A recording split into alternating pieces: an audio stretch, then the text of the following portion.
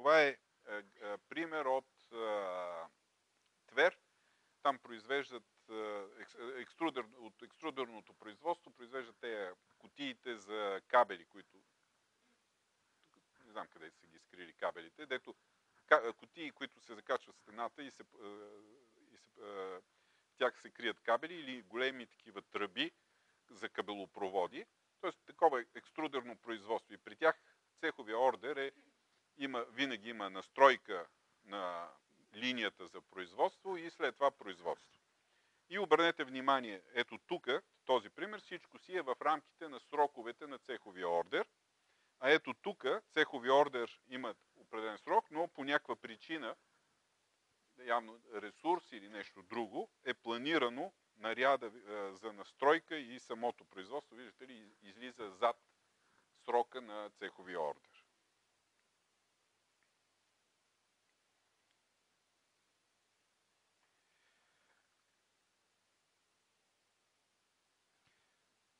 Същност на задачите на планирането в цеха, на оперативното планиране, това е детайлното оперативно планиране на работата на машините и персонала. Тоест да може да се каже коя машина, кога, какво трябва да произвежда. И сега тук някой ще ми каже, нали казахме, че данните ни не са верни. Нали, с 20%, пък как с тези данни го планираме? Реално това, което се планира тук е правилото, реда, в който да разпределиме работата. Никой не се надява на базата на това планиране да може да направи примерно месец или там 2 месеца, 3 месеца напред някакъв план, който да използва за някакви нужди, защото то просто е безсмислено. Оперативното планиране се прави в рамките на смяна, т.е. да каже смяната какво трябва да почне да работи. И ако трябва, дет се казва, на всеки час може да си препланира и да променя това, което трябва да работи смяната, в зависимост от това какво се случва в предприятието.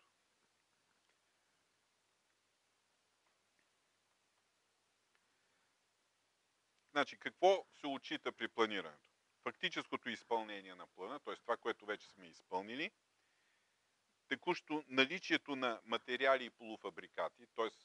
когато планираме, съобразяваме да не планираме наряди, които не са обезпечени с материал, просто да създаваме шуп, да казваме в производството работи този детайл, а за този детайл няма метал. И състоянието на производствените ресурси, т.е. да не планираме производство на оборудване, което е изключено или по някаква причина не работи. Това е КПО стандарт в Киев. Това е не голямо предприятие, което произвежда съчмено-винтови двойки. И при тях работи техноклас. Това е работник, който отчита производството по маршрутен лист, отчита с баркод четец изпълнението на операциите. По-интересно е друго. Това е ганта на операциите при тях. Големите престои при тях са свързани с това, че при тях има много голям дела на специализираното оборудване е много голямо и не могат да го натоварят пълноценно. А за да могат да виждат по-наедро и за по-голям период плана, използват 2 монитора като продължение, за да виждат плана във времето. По-интересно е друго. Ефекта, който получиха от внедряването на техноклас. Там финанси и счетоводство е такава местна система. Техноклас управлява производството. Когато пуснахме системата, заработи, ръководител на проекта е производственият директор. И той каза, виж какво, хубаво сега тук го правиме това, ама ние имаме голям проблем. Вика, ние непрекъснато закъсняваме с изпълнение на поръчките. И винаги съм виновен аз. Ама това, че не са ми подали конструкторските спецификации, това, че технолозите ми дават късно технологиите и ми дават документацията примерно 3 дни, 1 седмица преди крайния срок, а за най-малките съчмено-винтови двойки, на мен производствения, технологичния ми срок е 2 седмици, ама Възможно най-малки. И винаги за това, че поръчките закъсняват, съм виновен аз. Викам, чакайте, спокойно. По-нататък пак ще стане дума за модула за управление на събитията. Тя, не знам колко, обаче много от потребители на Техноклас го използват вече. Какво направихме при тях? Когато се регистрира поръчка, ако до 2 дни не са изготвени конструкторските спецификации, системата изпраща съобщение на главния инженер и на собственика, че по тази поръчка конструкторските спецификации закъсняват. Ако 3 дни след регистрацията на конструкторските спецификации няма технологичните маршрути, системата изпраща съобщение на главния технолог и на собственика. Аз също бях закачен в списъка, те, които да получават съобщенията. Съобщенията идваха по-малко от месец. И спряха, изчезнаха. Просто спряха да закъсняват. Но производственият ефект какъв беше? Закъсненията, средният срок на закъснение за изпълнение на поръчките от 2 месеца слезе на 2 седмици. И те бяха много, много щастливи от този ефект. И така, оперативното планиране в цеха, какво прави, какво решава? Значи, то отговаря на 4 въпроса. Какво, къде, кога и как. Значи, каква работа да разпределиме, къде да бъде изпълнена тази работа, което сме планирали да произведеме, кога да го изпълниме и как да се разпредели по производствените обекти. Това са въпросите, на които планирането, управлението на производството отговаря в една система, в една МЕС система. И тук е въпросът как. Значи, ние фактически какво трябва да се случи, какво реално планираме, като говорим за планиране в МЕС системата, реално за какво говорим? Обективно трябва да се решат 2 задачи. Едната е, ние казахме, пускането на всеки цехов ордер веднага регистрира в Техноклас определен брой наряди. Представете си колко цехови ордери се пускат и за всеки от тях имаме един куп наряди. Тоест, имаме един огромен кош с наряди, които трябва да изпълниме, за да изпълниме производствените задачи. И първата задача, която планирането трябва да реши, е да определи от този огромен кош с насипани наряди, в какъв ред да взимаме работата, за да я разпределяме в цеха. Тоест, това е първата задача. Втората задача е, когато сме определили този ред, в който се вадат нарядите от коша, трябва да кажем пък в какъв ред, по какъв начин да ги разпределяме тези наряди по машини и хора. Тоест, това са 2 задачи.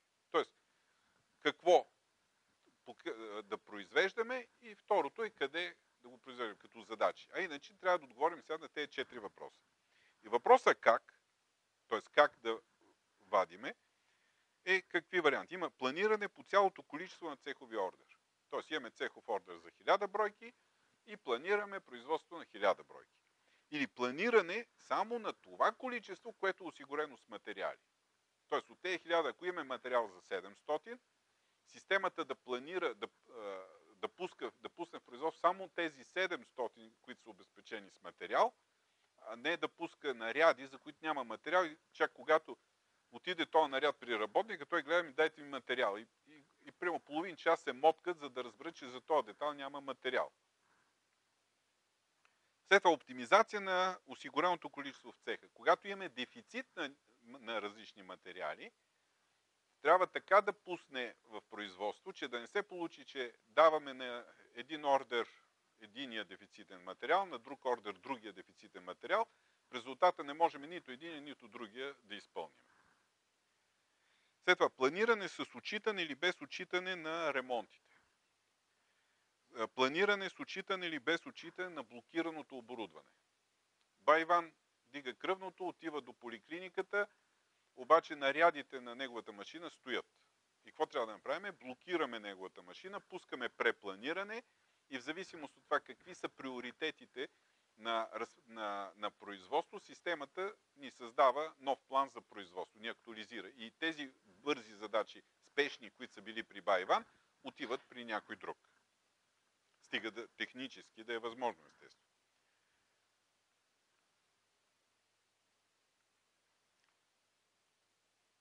След това, планиране с отчитане на изисквания към екипировката.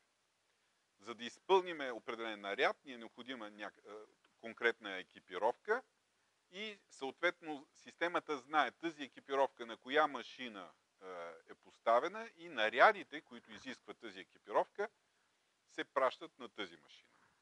След това планиране с отчитане на технически изисквания. Има изискване за точност на изпълнение на определена операция. Системата праща тази операция на тази машина, която потенциално може да постигне тази точност. След това планиране назад и напред във времето. Директивно. Това е най-лесното планиране. Бай Иван казва кой какво да работи и не пуска никакво планиране. Това беше първият въпрос. Как да вадим работата от коша? Следващия въпрос е какво? Значи, приоритетите за пускане. Първият, как беше модела, по който да работим. И сега, какво? Тоест, по какъв начин да вадиме? По серии. Тоест, вадиме нарядите от една серия, разпределяме ги и чак тогава вадиме нарядите от друга серия. По операции. Вадиме първите операции от сериите, разпределяме, вадиме вторите операции, разпределяме.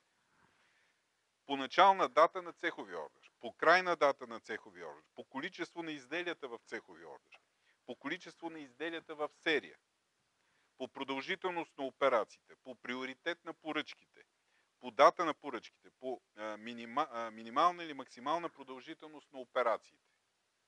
Това е, когато имаме дневна и нощна смяна, нощно време имаме по-малко настройчици и затова пускаме по-големите наряди с по-дългите операции, за да има по-малко пренастройки, а пък през деня обратно. Пускаме тези, които са по-къси и с наряди и по-къси ордери. И естествено директивно, когато взимаме и казваме, това трябва веднага да се свърши. Следващия въпрос е къде? Значи, критериите за разпределение на нарядите по машини и изпълнители. Значи, така да натоварваме машините, че да имаме минимален брой използвани машини. Тоест, първо натоварваме едната машина и чак когато запълниме нейния ресурс, тогава преминаваме към направляване на наряди за изпълнение на втората машина. Или равномерно, на първата, втората, третата, първата, втората, третата. С минимален брой премествания на полуфабрикатите, с минимален брой пренастройки на машините, с ограничен хоризонт на планиране. Не да планираме до края на века, само за смяната или за 2 смени. С оптимизация на максималното натоварване на оборудването, ето го този оптимизатор в рамките на точността, която имаме от нормирането, но при това при минимален брой машини, равномерно и от днес към бъдещето или от крайния срок назад. И в резултат получаваме отговор на въпроса кога. На коя машина, кога, какво трябва да работиме, така че да изпълняваме, да се случват нещата. И сега тук двата примера са. Първия пример е при някаква определена стратегия. Втория пример е с оптимизация на натоварването и математически е вярно. Виждате как когато има оптимизация на натоварването, как времената на престоите рязко са намалени. Въпросът е доколко е вярно, а доколко е вярно зависи от това, доколко са ни верни нормите за нормите на операциите. И това е сравнение на натоварването на машините между двата модела. Но ако това, че машините са натоварени, не е гаранция за изпълнение на поръчките. Защото за да може да натовари машините, това е същия ефект, както бай Иван в цеха, когато пуска работа, за да натовари работниците и да създаде фонд работна заплата. Резултат от оперативното планиране в цеха, това е плана за производствените задачи на цеха, по бригада, по работно място, по машина, план за преместване на полуфабрикати и материали между работните центрове, т.е.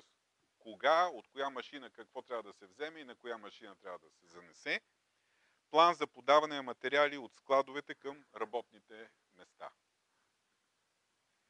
И тук има дневни и сменни графици, различни такива документи, които показват в резултата от планирането, от реално резултата, от организирането на производството в цеха. Дневни сменни графици. Това е екран, на който се вижда на коя машина какво е било изпълнено. Ето тук.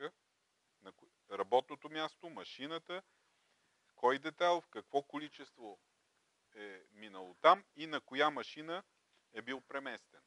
Съответно, това е на коя машина в момента какво се работи, къде трябва да бъде преместено и тук отдолу опашката, на коя машина какво чака да бъде изпълнено.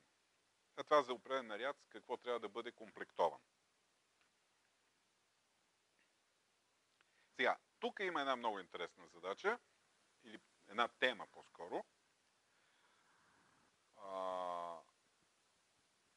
В момента, в който регистрираме поръчката, ни е много интересно да знаем тази поръчка кога ще стане. Без този отговор да е универсален, т.е. без да има претенцията за всякакви видове производства, но за определен кръг производства, които имат относително по-проста структура, в момента, в който регистрираме поръчката, системата дава очаквания срок за изпълнение. И сега, за това има технокласи има два начина на планиране. Единият е за производства, които имат които са от условно казвам от едно ниво, т.е. еднопроцесни производства, както при колегите в Елекс, Варна. Те произвеждат етикети, цеховия ордер съдържа до 3 операции, но за едно изделие имаме един цехов ордер. В момента, в който се пусне поръчката, системата веднага автоматично пуска цехов ордер. За този цехов ордер се появяват наряди и системата разпределя тези наряди във времето в зависимост от ресурса. И може да каже кога е очаквания срок за изпълнение. След това, ако при препланиране се разместят, праща съобщение на съответния търговец, че неговата поръчка си е променила срока. Но въпросът е, че в този момент има такъв вариант. Другия вариант, който е за многоетапни производства, където имаме на различни нива ордери, момента, в който се регистрира, има процедура, която значи, за всяко изделие имаме ресурса, който заема от различните цехове. И регистрирайки поръчката за определено изделие, системата проверява съответните цехове кога имат свободен ресурс. Ето, това е някакъв модел. Долу е червено е натоварването на цеха, а това са ордери, които са в цеха направени и трябва да разположим ето този ордер. Системата търси в кой период цеха има свободен ресурс, за да поеме изпълнението на съответните ордери и по този начин разполага ордерите и отговаря на въпроса кога може да се очаква изпълнение на поръчката. Тоест, този втория начин, той не работи с маршрутните технологии, той се базира на експертна оценка, естествено е той е по-неточен, но от гледна точка на очаквания резултат, тази точност е достатъчна.